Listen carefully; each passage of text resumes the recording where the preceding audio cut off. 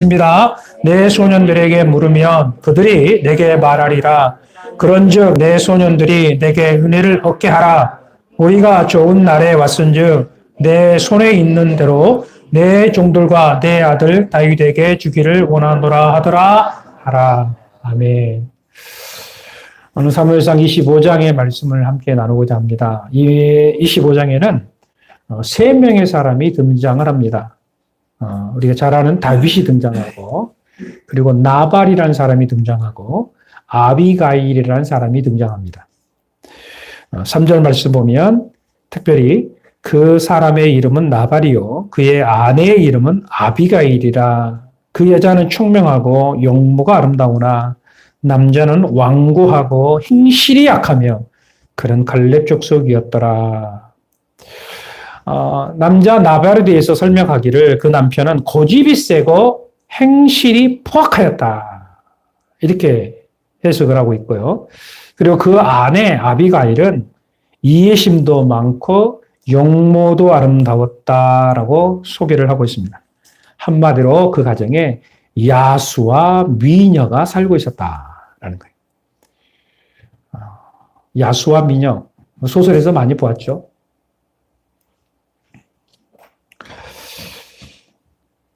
오늘 이 본문이 왜 이렇게 기록이 되고 있는가, 이 부분을 우리가 한번 살펴볼 필요가 있습니다. 사무엘이 죽은 이후에 사울의 왕권은 더욱더 확고해지게 되었습니다.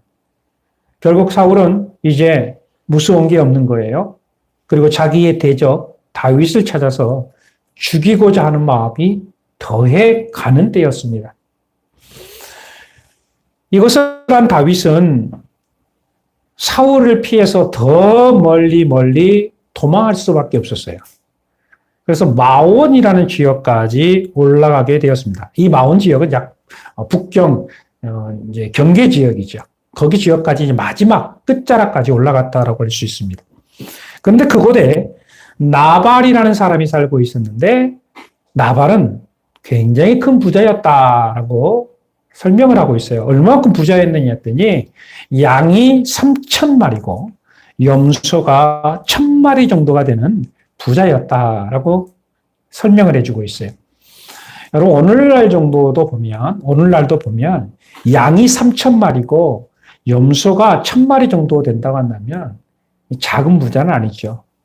굉장히 큰 부자라고 할 수 있어요. 그렇다면 그 당시라고 하면 어마어마하게 큰 부자라고 할 수 있습니다. 양털을 깎는 계절이 있어요. 1년에 딱 한 번 깎게 되어지는데 4월, 5월 정도 이스라엘, 팔레스타인 지역을 아마 깎는 것 같아요.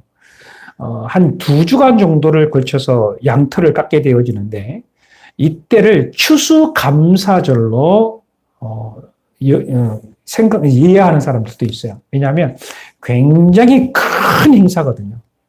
그래요. 수백 마리, 수천 마리 양털을 깎아서 그거를 추수를 하는 거잖아요. 그리고 그거를 팔기도 하고 또 그때 깎았을 때에 사람들을 초대해서 함께 양이나 염소를 고기를 먹으면서 즐거운 시간, 아주 행복한 시간을 보내는 그러한 기간이었습니다. 한마디로 축제의 날이었죠.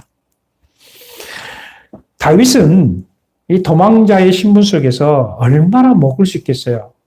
숨어 사니까 제대로 먹지도 못했겠죠. 그런데 그 나발이 양털을 깎는다라는 소식을 들었습니다. 한마디로 말해서 추수감사가 있다라는 거예요. 이 축제죠. 잔치가 벌어졌다라는 것을 알게 되고 부하 10명, 그 소년 10명을 선택을 해서 나발에게 보냅니다. 너는 가서 문안을 하고 다윗의 일행으로 왔습니다라고 하게 되면 아마 축제의 날이니까 어느 정도 먹을 만한 양식을 좀 싸줄 것이다. 그러니 가지고 와라라는 식으로 10명을 보냈습니다. 소년들은 다윗의 말대로 나발의 집에 찾아갔습니다. 잔치가 벌어지는 집에 찾아갔죠. 그리고 문안을 하고 주인인 다윗이 말하는 대로 그렇게 인사를 했습니다. 그런데 나발이 이때에 반응을 합니다. 우리 10절과 11절 말씀 한번 읽어볼까요? 10절과 11절 말씀 같이 읽어봅시다. 나발이 다윗의 사환들에게 대답하여 이르되 다윗이 누구며 이새의 아들은 누구냐? 요즘에 각기 주인에게서 억지로 떠나는 종이 많도다. 내가 어째 내 떡과 물과 내 양털을 깎는 자를 위하여 잡은 고기를 가져다가 어디서 왔는지도 알지도 못하는 자들에게 주겠느냐 하는지라. 한마디로 말해서 다윗이 누구냐? 다윗이 누구냐? 어디서 왔는지도 모르는 자에게 내가 뭘 줄 수 있겠느냐 하고 한마디로 문전박대를 한 거예요. 자, 그렇다면 여기서 우리는 나발을 생각해 볼 수 있어요. 과연 나발은 다윗에 대해서 알고 있었을까? 다윗에 대해서 알고 있었다고 한다면 이와 같이 행동은 안 했겠죠. 그런데 오늘 문장을 보게 되면 아주 물음표가 생기는 것들이 많아요. 과연 나발은 다윗에 대해서 알지 못했는가? 가만히 보면 나발은 다윗에 대해서 사실은 알고 있었다라는 것을 보게 돼요. 왜 그런가 하면 다윗이 누구냐라고 하면서 그 다음에 뭐예요? 이새의 아들이 누구냐? 다윗이 누구 아들까지 알고 있었다고요? 이새의 아들이라는 사실도 알고 있었어요. 여러분 지금 어디 갔는데 너 누구 아들 아니야? 라고 하면 이미 아는 거잖아요. 그렇죠? 모르는 사람은 전혀 몰라요. 그런데 나발은 다윗에 대해서 이새의 아들이라는 사실도 알았고 또 하나는 뭐예요? 주인을 떠난 종이 누구냐 이렇게 배웠거든요. 결국은 사울을 피해서 도망 다니는 너 아니냐라는 것까지도 알고 있었다라는 거예요. 자, 그렇다면 나발만 알고 있었느냐? 아니요. 그의 부인의 말을 좀 들어보면 30절 말씀 한번 볼까요? 30절, 25장 30절. 그의 부인 아비가일의 말을 들어보면 이렇게 써납니다. 여호와께서 내 주에 대하여 하신 말씀대로 모든 선을 내 주에게 행하사 내 주를 이스라엘의 지도자로 세우실 때에 이렇게 표현했거든요. 이 말은 무슨 말이에요? 아비가의 말에 들어보면 이스라엘의 지도자로 세워줄 것까지도 알고 있었다는 거예요. 그렇다면 부인이 이 정도 알고 있었다고 한다면 나발은 알았겠어요? 뭘 알았겠어요? 당연히 알았겠죠. 다윗에 대해서 정확하게 알고 있었어요. 그런데 왜 그렇다면 나발은 그것을 알면서도 다윗의 일행을 이렇게 문전박대를 했을까요? 그 이유가 뭘까요? 나발이 이렇게 행동한 것은 한마디로 이거예요. 너 도망자가 아니냐라는 거예요. 너 도망자가 아니냐. 사울에게 도망 다니는 사람이 아니냐. 이거예요. 한마디로 나발은 현실적인 사람이었습니다.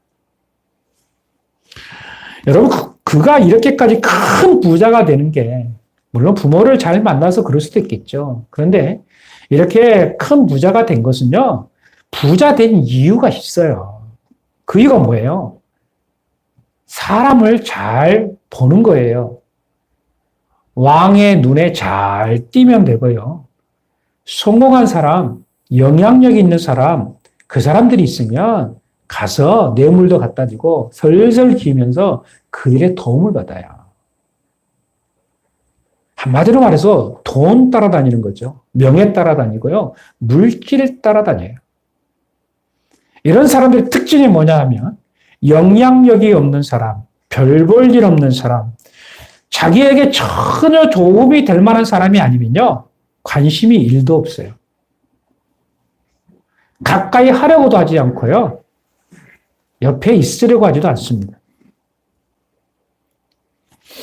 지금은 나발이 본 다윗은 도망자예요. 패배자요. 사울의 종입니다. 금방이면 사울에게 잡혀서 죽을 자죠. 그렇기 때문에 다윗에게 잘 보일 만한 이유가 없어요. 다윗에게 잘해줄 이유도 없어요. 도리어 자기에게 손해가 될 수 있어요. 왜? 괜히 다윗에게 고기 한 덩이 줬다가 사울에게 들켜가지고 자기를 또 죽을 수 있겠다라는 생각이 들어서 그래서 나발은 다윗의 일행을 문전박대를 한 것입니다. 여러분 세상이 다 이렇습니다. 그래서 우리말이 이런 말했죠. 달면 삼키고 쓰면 뱉는다라는 말. 얼마나 자연스러운 말인지 몰라요. 나에게 유익이 되고 나를 좀 좋아하고 뭔가가 좀 필요한 사람이 있으면 가까이 하려고 하고 별 볼 일 없는 사람들은 아는 체도 하지도 않고 여러분 이런 사람들이 바로 야수예요. 야수. 포악하고 고집이 세고 어리석은 사람들의 모습이라고 할 수 있습니다. 이러한 모습들이 사실은 우리 현대인들의 모습이에요. 욕심에 찌들어 있는 우리들의 모습입니다. 나밖에 모르는 우리들의 모습이에요. 나만 좋으면 돼요. 내가 기분 나쁘면 상대고 뭐고 신경도 쓰지 않습니다. 그 나밖에 안 보이는데요. 그러니까 다른 거 전혀 눈에 들어오지도 않는 거예요. 필요 없어요. 불난지 불경한다 말이죠. 불난지 불경한다. 아무런 도움도 주지 않고 옆에서 이상한 말만 쌓고 그게 바로 현대인의 모습이고 어쩌면 우리 안에 들어있는 숨겨져 있는 우리의 모습일 수도 있습니다.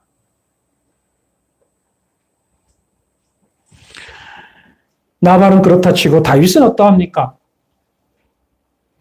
다윗은 선한 마음으로 도움을 간절히 바라는 마음으로 소년들을 보냈다라고 했어요. 여기에 핵심이에요. 소년들을 보냈다. 다윗 주변에는요, 다윗 옆에는 골리앗 동생을 때려 죽인 사람이나 블레셋 때려 죽인 그러한 수많은 군사들이 있었거든요. 한마디로 말해서 장비처럼 수염이 막 나 있고 힘도 있고 포악스럽게 생긴 부하들이 주변에 있었어요. 보기만 해도 오금이 저릴 정도로 그렇게 장대한 군사들이 옆에 있었단 말이에요. 다윗 주변에. 그런데 다윗이 그러한 부하를 보내지 않고 누구를 보냈다 그랬어요? 소년들을 보냈다 그랬어요. 그러면 소년들을 보냈다라는 말은 의미가 뭐예요? 나발에게 최대한 뭐예요? 배려해 주는 거예요. 잘 보이려고. 그들에게 위압감을 주지 않으려고 최대한 신경을 쓴 거예요. 어제 제가 몸담고 있어도 금강교회 임직 예배가 있었어요. 그 내가 노예 서기다 보니까 기도 담당해서 갔습니다. 그랬더니 코로나 와중에도 잘 준비를 했더라고요. 준비위원들이 다 한복을 입고 서 있는 모습, 영접하는 모습을 보면서 들어갈 때부터 참 훈련 잘 돼 있고 참 감사하는 마음이 들더라고요. 처음부터 들어가게 되면 그 얼굴, 처음 만나는 사람들이 굉장히 중요해요. 얼마나 준비가 잘 되었는지, 얼마나 이 행사를 위해서, 예배를 위해서 준비를 했는지를 알 수가 있어요. 어느 교회에 가더라도 초신자가 처음 교회를 가게 되면 처음 만난 사람들을 가장 먼저 생각을 해요. 친절하게 인사하고 친절하게 맞이해주고 친절한 목소리 언어로 대해주고 친절하게 안내를 해주면 참 교회가 따뜻하구나 라고 느껴지는 거예요. 그게 바로 선한 마음이거든요. 그래서 다윗은 그 나발과 첫 인사를 나눌 때에 소년 10명을 선택했다라는 의미가 바로 이거예요. 최대한 다윗은 이처럼 배려하는 마음으로 보냈어요. 그런데 이들이 빈손으로 돌아온 거예요. 문전박대를 당하고 온 거지요. 그리고 돌아와서 하는 말이 나발이 그러던데요. 다윗이 누구냐? 이새의 아들이 누구냐? 주인을 피해서 도망 나온 종에게 어떻게 음식을 줄 수 있겠느냐? 라고 하던데요. 아마 울먹이면서 이 소년들이 말하지 않았겠어요? 여러분, 이 말을 지금 다윗이 듣고 있는 거예요. 여러분, 이 말을 들을 때 다윗의 감정은 어땠을까요? 사람이 나를 욕하면 괜찮아요. 그래도 참을만 해요. 그래, 뭐, 나 맞아. 도망자야. 나 맞아. 도망자 맞아. 그런데 아버지를 욕하네. 아버지를 욕해요. 군대에 가면 신병교육대에서 훈련을 받는데 우리 이 간부들이나 위에 선배들이요. 욕을 얼마나 하는지 모릅니다. 저는 태어나가지고 세상에 있는 모든 욕을 다 들었어요. 그런데 참을만 해요. 그 욕들이. 근데 참을만 한데 정말 못 참는 욕이 있어요. 엄마를 욕하고 아버지를 욕할 때. 이때는요, 한마디로 뚜껑이 열려요. 뚜껑이 열린다니까? 그렇게 막 군대가 있으면 뭐 엄마가 보고 싶고 아버지가 보고 싶은데 막 어머니 뭐 부모의 노래 부르면 눈물이 막 주룩주룩 나는 그때인데 엄마 욕해봐요. 막 뒤집어지는 거. 이 다윗도 도망자의 삶을 살지 않습니까? 그런데 이 나발이 이 아버지를 막 욕하고 막 함부로 하는 거예요. 이 말을 듣자마자 참을 수가 없어요. 이게 바로 사람의 감정이에요. 참기 어려워 했단 말이죠. 누군가가 나를 험담할 때에, 누군가가 나의 가족을 험담할 때, 특히 우리 부모는 또 자식 누가 험담하면 가만히 안 있잖아요. 가만히 있을 수 없죠. 이게 바로 우리들의 안에 있는 감정이에요. 이 다윗에게도 그런 감정이 상한 거예요. 도저히 기분 나빠서 있을 수가 없어요. 더군다나 그 나발에게 대해서 다윗은 최대한 선을 베풀었잖아요. 은혜를 베풀었어요. 그런데 그 선을 악으로 갚는 것을 보니까 이는 이로 악은 악으로 갚는다는 율법 말씀이 떠오른 거예요. 그래서 다윗은 행동을 합니다. 13절 말씀 한번 볼까요? 13절 시작. 다윗이 자기 사람들에게 이르되 너희는 각기 칼을 차라. 각기 칼을 차매 다윗도 자기 칼을 차고 400명가량은 데리고 올라가고 200명은 소유물 곁에 있게 하니라. 아멘. 다윗이 화가 날 대로 난 거예요. 그래서 400명 정예 용사에게 칼을 주고 자기도 칼을 차고 올라갑니다. 왜 올라가요? 나발을 죽이려고. 우리 사람들도 이렇게 화가 나면, 분노가 나면 칼을 차요. 그래서 기분 나쁘면 주변 사람도 보이지 않고 함부로 하죠. 그게 감정이라는 거예요. 내가 안 되면 또 SNS에다가 요즘은 막 말도 안 되는 글들을 올려가지고 말도 못하게 만들어버리고 주변에 완전히 뭐 폭파시켜버린 거죠.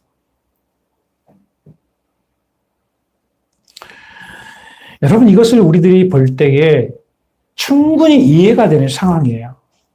그래서 우리는 이것을 이해할 만합니다. 그런데 성경은 여기에 대해서 지적을 하고 있어요. 이게 바로 죄의 근성이다라는 거예요. 따라서 죄의 근성이다. 우리들에게 죄의 근성이 이와 같이 남아있는 거예요. 여러분, 다윗은 기도의 사람이고 다윗은 하나님의 사람입니다. 그럼에도 불구하고 다윗에게 이와 같은 죄의 근성이 남아있는 거예요.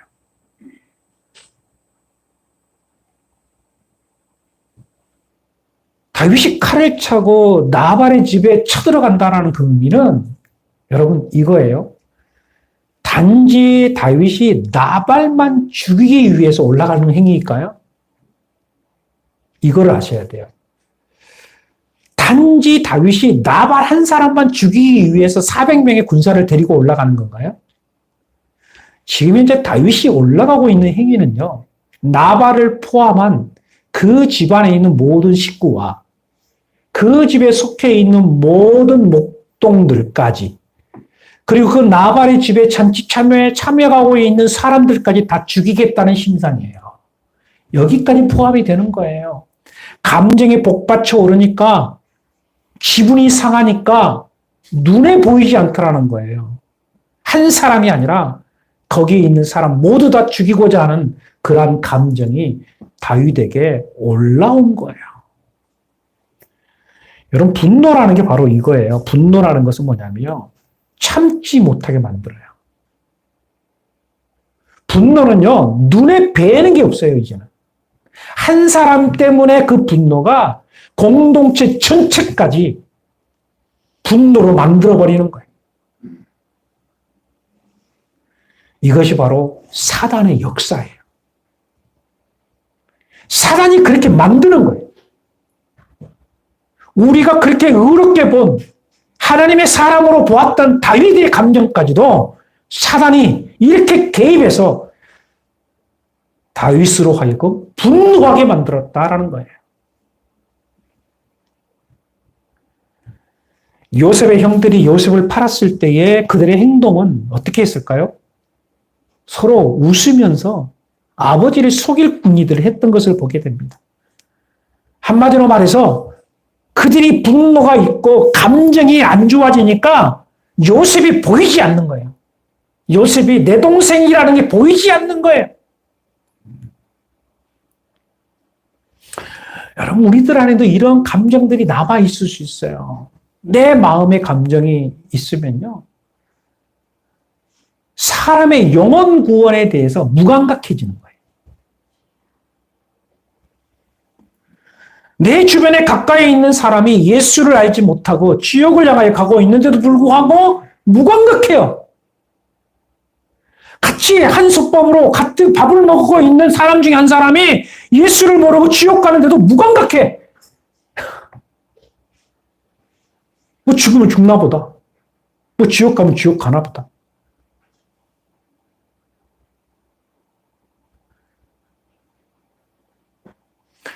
그런 것에 대해서 무감각하면서 내게 손해를 끼치려고 하는 사람들한테 못 참아요. 내가 집사인데, 권사인데, 장로인데, 목사인데 필요 없어요. 무슨 케이츠. 내가 화난데 무슨 놈은 목사고 무슨 장로고 내가 무슨 권사야. 뭐. 내가 먼저 화가 나는데 관심 없어요. 내가 그렇게 분노를 하면서도 누군가가 나한테 교회를 욕하고 야, 교회 사람들이 그것도 필요 없어요. 그거 눈에 들어오지도 않고 귀에 들리지도 않아요. 한순간 내 감정이 치우쳐버리니까 어느 아무것도 눈에 들어오지 않습니다. 귀에 들리지도 않아요. 그저 내 분만 드러내고 싶은 마음뿐이에요. 바로 다윗에게 그런 마음들이 있었다는 거예요. 죄 없는 사람들, 어린아이들, 그 주변에 있는 사람들까지도 다 해치고 말겠다는 그런 마음들이 다윗의 마음속에 이렇게 들었다는 거죠. 이게 바로 다윗의 모습이에요. 세 번째, 아비가일은 어떠한 사람인가? 이 여인 아비가일, 그 나발의 아내 아비가일은 남편 나발이 다윗의 일행을 모욕하고 문전박대했다라는 소식을 듣게 됩니다. 그리고 더 나아가서 아비가일은 다윗에 대해서 일꾼들에게 더 많은 소리를 듣게 됩니다. 그 소리는 뭐였느냐 하면 나발의 목자들이 양떼를 지킬 때에 저 멀리서 다윗의 군사들이 자기들을 밤낮 지켜줬다는 사실을 알게 돼요. 사나운 짐승들이 와서 양을 해치려고 할 때도 군사들이 막아줬고 또 다른 산적이나 도둑대들이 양을 빼앗으려고 할 때에 다윗의 군사들이 가서 그들을 구해 주었다는 사실까지도 듣게 되어집니다. 뿐만 아니라 그 배고픔에 있는 그 군사들이 그 나발의 양새끼 한 마리도 강제로 취한 적도 없고 달라고 한 적도 없었다는 거예요. 그저 묵묵히 지켜만 주었다라는 거예요. 그렇게 다윗과 다윗의 군사들이 자기 집에 은혜를 베풀어 주었다는 사실을 알게 된 거예요. 그런데 나발은 그런 사람을 문전박대한 거예요. 은혜를 알면서도 은혜를 갚지를 못한 것을 알게 된 거예요. 뿐만 아니라 다윗이 군사를 일으켜서 지금 쳐들어오고 있다는 소식까지도 듣게 되어집니다. 이때의 아비가일은 어떻게 행동했을까요? 아비가일의 대처를 한번 볼 수 있습니다. 18절 말씀에 보게 되면 처음 단어가 아비가일이 뭐예요? 급히라는 단어 썼어요. 아비가일이 뭐예요? 급히. 이것을 알자 아비가일의 행동은요, 급히 그 은혜를 알고 즉시 움직이는 것을 보게 됩니다. 은혜를 알고 즉시 움직였다. 따랐습니다. 은혜를 알고 같이 은혜를 알고 즉시 움직였다. 이 소식을 들었던 아비가일이 알고 즉시 움직이는데 어떻게 해요? 세상에 축제의 날, 여러분 우리가 저도 시골에 있었지만 여러분도 다 기억나시잖아요. 그 모내기 할 때도 축제죠. 그렇죠? 추수할 때도 축제고. 그 모내기 할 때도 품앗이 하는 것처럼 사람들이 막 이렇게 모내기 하다가 이제 야참을 먹거나 점심때가 되면 그 별것도 안 해요. 저도 보면 가만히 보면 맛대기 하나도 없는 게 국수 삶아가지고 설탕 싹 뿌려가지고 그냥 흐르 마시는 그 얼마 되지도 않는 거예요. 그런데 그거를 먹으면 꼭 지나가는 사람, 저 멀리 있는 사람 불러다가 한 먹으라고 그렇게 했거든요. 그게 바로 정의요 사랑이에요. 이게 축제거든요. 지금 그런 털을 깎는 그런 축제의 분위기에 다윗을 쫓아낸 행위는 분명히 잘못된 거잖아요.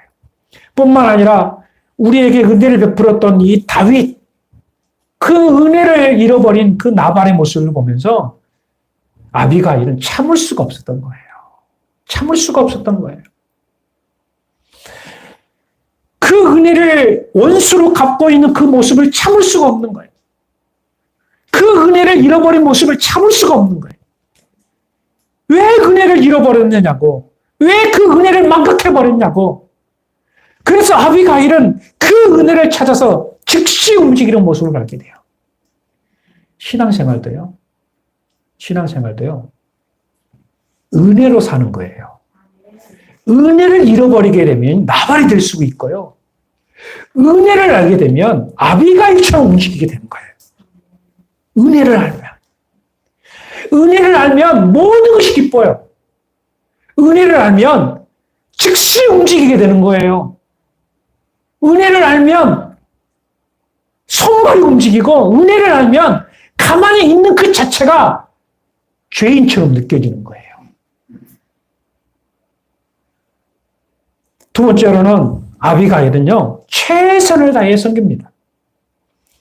적당하게 하지 않습니다. 그 아비가일의 그 모습을 보게 되어지면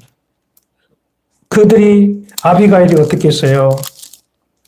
18절을 보면 급히 떡 200덩어리와 포도주 2가죽 부대와 또 잡아서 요리한 양 5마리와 볶음 곡식 5세아와 건포도주 100송이와 무화과 뭉치 200개를 가져다가 나귀에 싣고.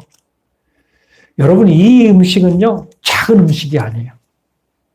다윗의 군사 600명 이상이 먹을 수 있는 충분한 양입니다. 이것을 최선을 다해서 급하게 준비를 하는 거예요. 다윗의 일행들이 충분히 먹고 마실 수 있도록 준비를 하는 거예요. 여러분, 사람들이 생색낸다는 말 들어보셨죠? 생색낸다. 그럼 아는 이야기죠. 그런데 딱 맞는 말 같아요. 어떤 회사 사장님이 사원들에게, 자, 오늘은 회식하겠습니다. 제가 모든 경비를 쏘겠습니다. 하고 중화요리집에 갔죠. 그리고 사장이 다 직원들 얼마나 좋겠어요. 야, 사장님이 살 정도면 나는 누룽지 먹어야지. 나는 팔보채.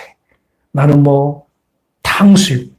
곱빼기. 막 이런 식으로 막 기대를 하고 갔는데 사장이, 자, 여러분 먹고 싶은 거 아무거나 시키십시오. 그러면서 짜장 보통이요. 그래서 이야기하는 거예요. 사장이. 나는 짜장 보통 먹겠습니다. 라고 하는 거예요. 자, 직원이 뭘 선택할까요? 그럼 결국은 직원들에게 뭘 선택하라는 말이에요? 짜장면 시키라는 소리잖아요. 이것을 바로 생색낸다 그래요. 생색낸다. 생색낸다. 그리고 결국은 직원들이 뭐냐면 이 말이에요. 공짜밥 먹으면서도 욕해요.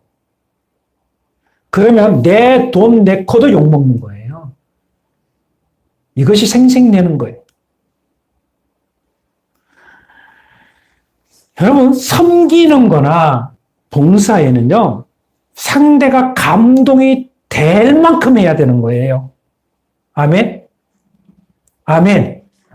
아멘? 상대가 내가 아니에요. 내가 아니라 상대가 감동이 될 만큼 하는 게 그게 맞는 거예요. 넉넉하게, 푸짐하게 상대가 생각하면 기분이 좋을수록. 내가 대접할 때도 마찬가지예요. 상대가 너무 융숭한 대접을 받았어. 이렇게까지 안 해도 되는데 왜 그렇게 하셨느냐고. 고맙다고.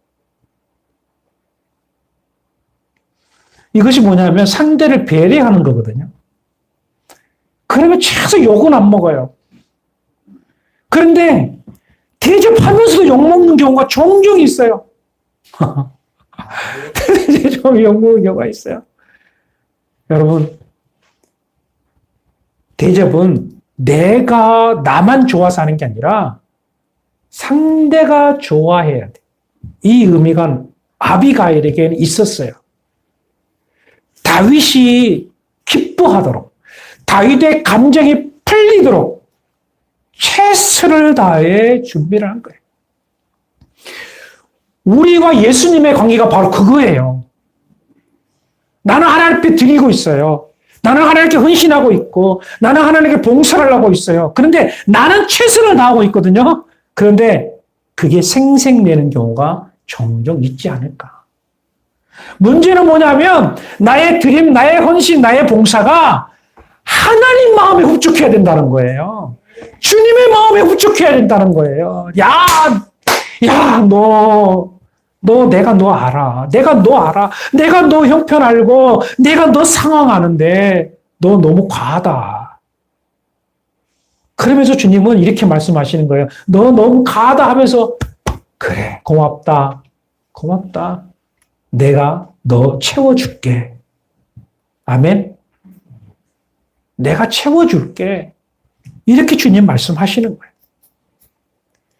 저희도 대답받으면, 융숭한 대접받으면요, 나중에 우리도 융숭한 대접해주고 싶어져요. 왜? 받았으니까. 여러분, 우리 그리스도인들은 그렇게 살아야 돼요. 세 번째는 다윗의 마음을 헤아립니다. 25절 말씀 한번 볼까요? 25절 말씀. 같이 읽습니다. 25장 25절 시작. 원하옵나니 내 주는 이 불량한 사람 나발을 개의치 마옵소서.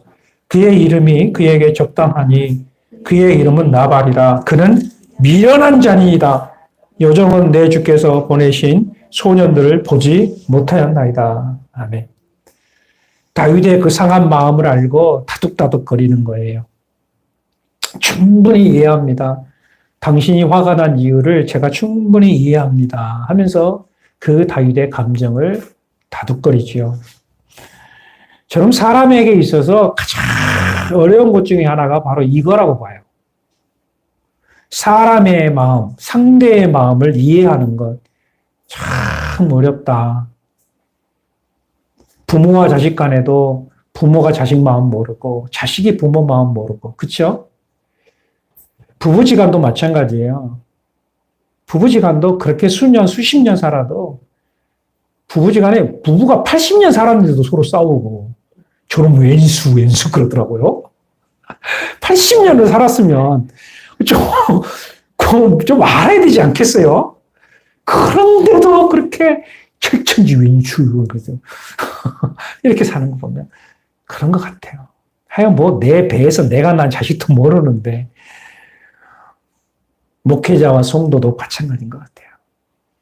목회자와 성도도. 목사도 성도 마음 모르는 경우도 있고 성도들도 목사의 마음 모르는 데 있어요. 성도와 성도들의 마음도 마찬가지인 것 같아요. 이것이 정말 어려운 거예요. 서로 생각이 다르고 환경이 다르고 상황이 다 다르기 때문에 그럴 수 있어요. 우리는 서로 분명하게 성경대로 한다면 이해해야 되고 서로 협력해야 되고 서로 사랑해야 합니다. 그럼 무엇으로 할 수 있겠어요? 내 생각 다르고 너 생각 다른데 하나밖에 없어요. 하나님 말씀을 기준 두고. 아멘. 하나님 말씀에 기준 두고 그 기준에 따라서 그 말씀을 통해서 이해하고 배려하고 용납하는 거예요.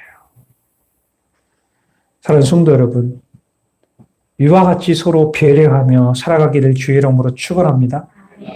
마지막 네 번째는 뭐냐면 하나님 앞에 더 이상 죄를 지어서는 안 된다라는 사실을 다윗에게 알려주고 있습니다. 저는 이 아비가일을 보면서 참 대단하고 놀라운 것을 발견했어요. 왜냐하면 이 아비가일이라는 여인은 성경에 딱 이게 처음 등장하는데 이 아비가일이 다윗하고 대화를 나누는 가운데 여호와 하나님이라는 이름을 들먹여요. 몇 번을 들먹였느냐 했더니 26절에 여호와께서 두 번, 28절에 여호와께서, 29절에 여호와께서, 30절에 여호와께서, 31절에 여호와께서 하면서 6번을 여호와께서라고 하면서 계속해서 말씀을 하고 있는 것을 보게 돼요. 매 구절마다 아비가일은 여호와께서 이렇게 하고 있어요. 한마디로 말해서 아비가일은 어떤 여인이냐? 믿음의 여인이었다라는 거예요. 아비가일은 말씀의 여인이었다라는 거예요. 그래서 한마디로 이거예요. 하나님께서 이 모든 것을 아시고 하나님께서 모든 것을 하실 터인데 어찌하여 당신이 하나님이 하실 일을 대신하려고 하느냐? 왜 당신은 무고한 사람까지 죽이려고 하느냐? 당신의 그 분노가 수많은 무고한 사람들까지 죽이려고 하는데 여호와 하나님께서 그것을 기뻐하겠느냐? 당신이 나발을 죽이지 않아도 여호와 하나님께서 그를 치실 것이다. 이것까지 가는 거예요. 아비가일의 믿음이. 이 말을 들은 다윗이 충격을 받습니다. 33절, 34절 또 내 지혜를 칭찬할지며 또 내게 복이 있을지로다. 오늘 내가 피를 흘릴 것과 친히 복수하는 것을 너가 막았느니라. 나를 막아 너를 해하지 않게 하신 이스라엘 하나님 여호와의 살아계심을 두고 맹세하노니 너가 급히 와서 나를 영접하지 아니하였더라면 밝은 아침에는 과연 나발에게 한 남자도 남겨두지 아니하였으리라 하니라. 한마디로 말해서 아비가일의 그 말씀의 지혜요 다윗이 더 이상 죄를 짓지 않도록 하게 된 거예요. 한마디로 아비가일은 자신뿐만 아니라 무고한 사람들까지 그리고 다윗까지 살게 하는 그러한 중요한 삶을 살게 되었다라는 사실입니다. 물론 이 와중에 한 사람은 죽었습니다. 그 사람은 바로 나발이죠. 나발이 어떻게 죽었습니까? 37절, 38절. 아침에 나발이 포도주에 깬 후에 그의 아내가 그에게 이 일을 말하며 그가 낙담하여 몸이 돌과 같이 되었더니 한 열흘 후에 여호와께서 나발을 치심에 그가 죽으니라. 아멘. 결국은 나발은 여호와 하나님께서 죽이셨어요. 나발이 죽은 후에 아비가일은 어떻게 되었습니까? 이 지혜로운 아비가일은 다윗의 아내가 됩니다. 왕의 아내가 되게 된 거죠. 사랑하는 성도 여러분, 우리가 살면서 우리는 이 세 사람의 인생을 동시에 살 수 있다라고 봅니다. 어쩔 때는 나발처럼 나 자신밖에 모르고 어쩔 때는 다윗처럼 감정대로 배은망덕하게 행동할 수도 있고 내가 신앙이 있는데 내가 참아야 되는데 참지 못하는 경우도 있고. 그렇다면 우리의 삶은 나발도 아니고 다윗도 아니라고 한다면 누구처럼 살아야 되냐? 아빌과 같은 사람을 살아야 돼요. 아빌, 가일과 같은 사람. 매사에 신중하고 처음부터 끝까지 자세히 잘 알아서 감정대로 해서는 안 되고 섬길 때에도 최선을 다해 섬기고 눈가림으로 하지 말고 생색만 내지 말고 사람을 섬기거나 하나님을 섬길 때에 온몸과 정성을 다하여 섬겨야 될 줄로 믿습니다. 사람의 마음을 잘 헤아릴 수 있는 사람이 되어야 합니다. 무엇보다도 주님의 마음을 잘 헤아릴 수 있어야 돼요. 항상 주님이 먼저 되어야 합니다. 이 주님의 마음을 놓치지 말고 늘 주님께서 원하시는 아비가일과 같은 착하고 선한 우리 열방교회 성도들 되시기를 주의 이름으로 축원합니다. 아멘. 거룩하신 아버지 하나님, 우리는 때로는 나발이었고 우리는 때로는 내 감정에 치울이어서 원망과 불평 속에 삶을 살았던 다윗이었습니다. 주여 우리의 죄를 참회합니다. 우리를 용서하여 주시옵소서. 오늘 말씀을 통해서 우리 자신을 돌아보면서 아비가일과 같은 사람, 아비가일과 같은 선한 마음을 품고 살아가는 사람이 되기를 다시 한번 간절히 구합니다. 주님, 우리의 마음을 헤아려 주시고 언제나 우리의 마음이 주를 향하고 주께 영광 돌리는 삶을 살아가도록 은혜와 복을 더하여 주옵소서. 주 예수 그리스도 이름으로 간절히 기도하옵나이다. 아멘. 다 일어나서 우리 찬양합시다.